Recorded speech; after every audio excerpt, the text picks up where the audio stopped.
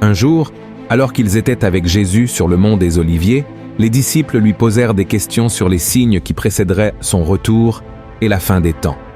Alors, regardant le temple, il leur dit de faire attention et de ne pas être trompés, car de nombreux faux prophètes viendraient en se faisant passer pour le Messie.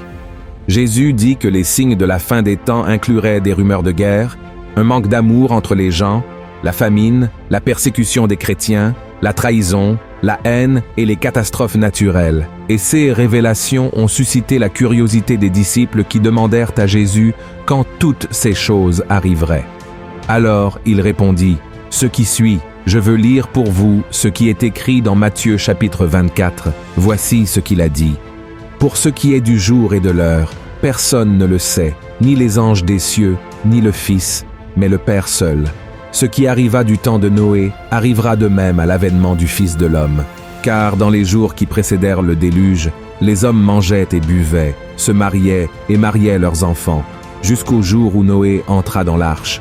Et ils ne se doutèrent de rien jusqu'à ce que le déluge vint et les emporta tous. Il en sera de même à l'avènement du Fils de l'homme. » Notez que lors du discours de Jésus, il a dit que son retour se produirait à un moment similaire au jour de Noé. Pour les disciples, cette explication était très claire, car ils savaient exactement ce qui s'était passé avant le déluge. Mais pour nous, cette compréhension n'est pas encore complète, et le vrai sens de la prophétie est resté un peu confus et ouvert à de nombreuses interprétations. C'est sur ce passage de la révélation du Christ que nous allons nous pencher dans la vidéo d'aujourd'hui, et je dois vous avouer que vous serez impressionnés par tout ce qui se passe déjà de nos jours. D'accord ? Mais avant de commencer, je tiens vraiment à ce que vous vous abonniez à ma chaîne ici. Il vous suffit de cliquer sur ce petit bouton qui se trouve en dessous de la vidéo de vous abonner et à côté, vous verrez une cloche. Cliquez également sur cette cloche et sélectionnez l'option « Toutes » car c'est ainsi que vous recevrez les prochaines vidéos que je publierai, d'accord ? Je veux vous aider dans votre cheminement avec Dieu, alors venez participer avec moi. Maintenant, allons-y. Frères et sœurs, pour comprendre comment étaient les jours de Noé, nous allons voir le chapitre 6 du livre de la Genèse. Faites très attention à ce qui est écrit dans la parole du Seigneur. Lorsque les hommes eurent commencé à se multiplier sur la face de la terre et que des filles leur furent nées, les fils de Dieu virent que les filles des hommes étaient belles, et ils en prirent pour femmes parmi toutes celles qu'ils choisirent. Alors l'Éternel dit, « Mon esprit ne restera pas à toujours dans l'homme, car l'homme n'est que chair, et ses jours seront de 120 ans. » Les géants étaient sur la terre en ces temps-là, après que les fils de Dieu furent venus vers les filles des hommes, et qu'elles leur eurent donné des enfants. Ce sont ces héros qui furent fameux dans l'Antiquité. L'Éternel vit que la méchanceté des hommes était grande sur la terre, et que toutes les pensées de leur cœur se portaient chaque jour uniquement vers le mal.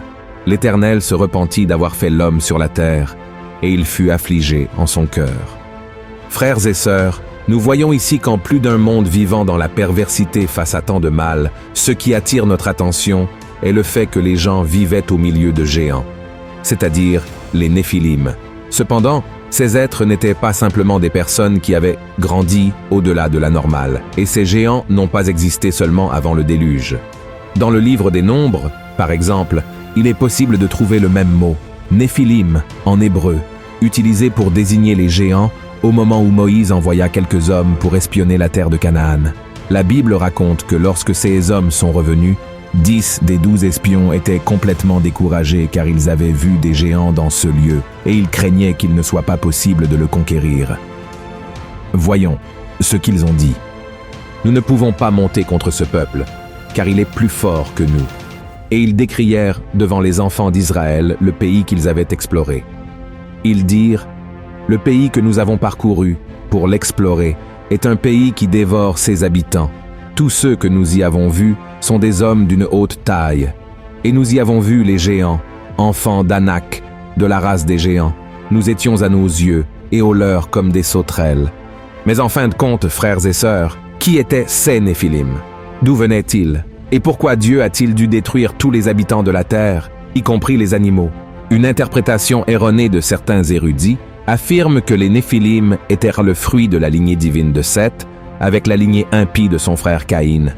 Cependant, cela n'avait aucun sens, car il n'y avait aucune restriction de Dieu concernant le mariage entre des personnes de tribus différentes. Dieu n'a établi cette règle qu'après avoir conclu une alliance avec Abraham et l'avoir fait devenir le père de la nation qui allait amener le Messie dans le monde. Alors, qui étaient vraiment les Néphilim? La Bible dit que les fils de Dieu ont remarqué que les filles des hommes étaient belles. Ces fils de Dieu étaient en réalité des anges qui se sont rebellés contre le Seigneur et ont été expulsés du ciel. Je veux vous lire ce qu'il a écrit dans le chapitre 12 de l'Apocalypse. Faites attention. Et il y eut guerre dans le ciel. Michel et ses anges combattirent contre le dragon. Et le dragon et ses anges combattirent.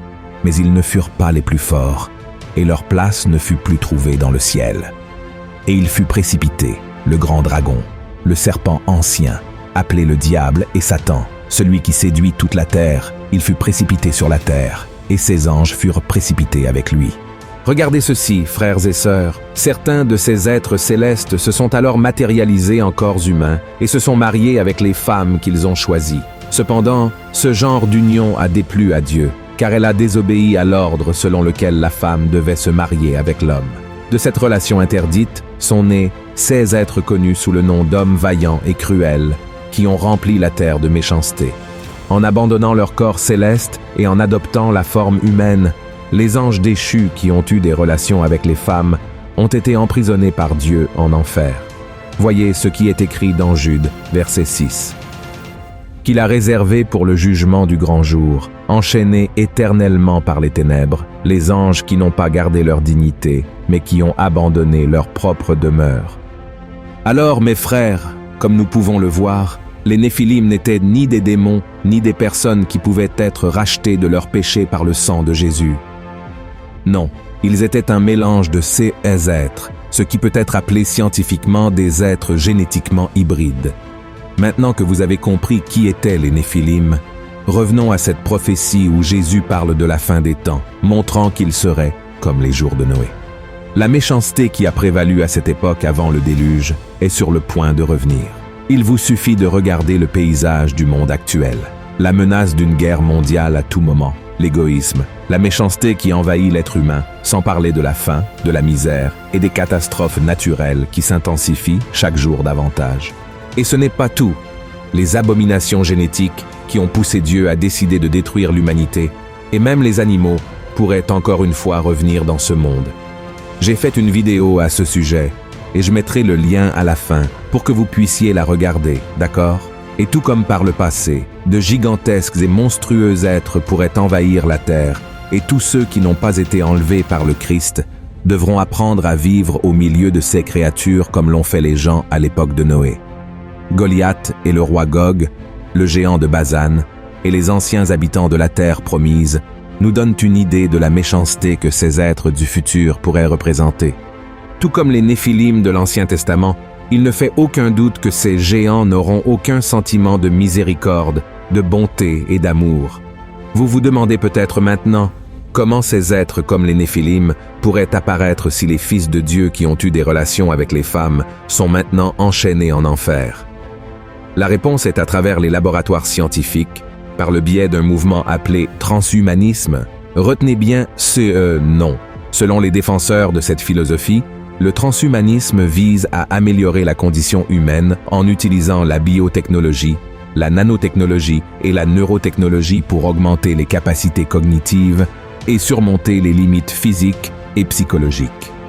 Les scientifiques à la tête de ces projets croient qu'ils peuvent prendre le contrôle de la création humaine pour la transformer en une évolution dirigée et planifiée.